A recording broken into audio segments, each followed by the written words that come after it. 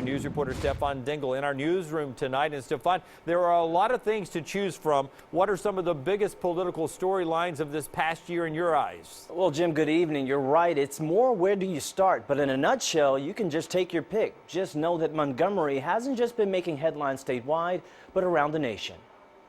In the year of Trump, to bind the wounds. Believe it or not, crazier things have happened right here in the state of Alabama. We expected the presidential race. We expected to see a big presidential race.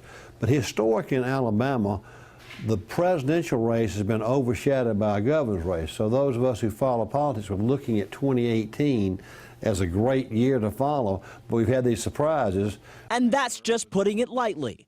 But for the sake of time, political commentator Steve Flowers narrowed it down into a top three, and their names might sound familiar. We've had, of course, the Hubbard conviction, which was not a surprise. It was expected. But then we also had the removal of Roy Moore, the Chief Justice by the Judicial Inquiry Commission, based on a ruling he gave to probate judges about the same-sex marriage issue. But the bigger story may be Bentley's continuing saga with his personal life and his unpopularity as governor. But forget about the past. What about what's ahead in Alabama? Flowers says in 2017 he strongly believes there will be a lottery in the state. Potentially it's our largest new revenue source because we're one of two states in America who derive no income from gaming. If it gets to a vote of the people, if it's a clean bill with no chicanery, then it will pass.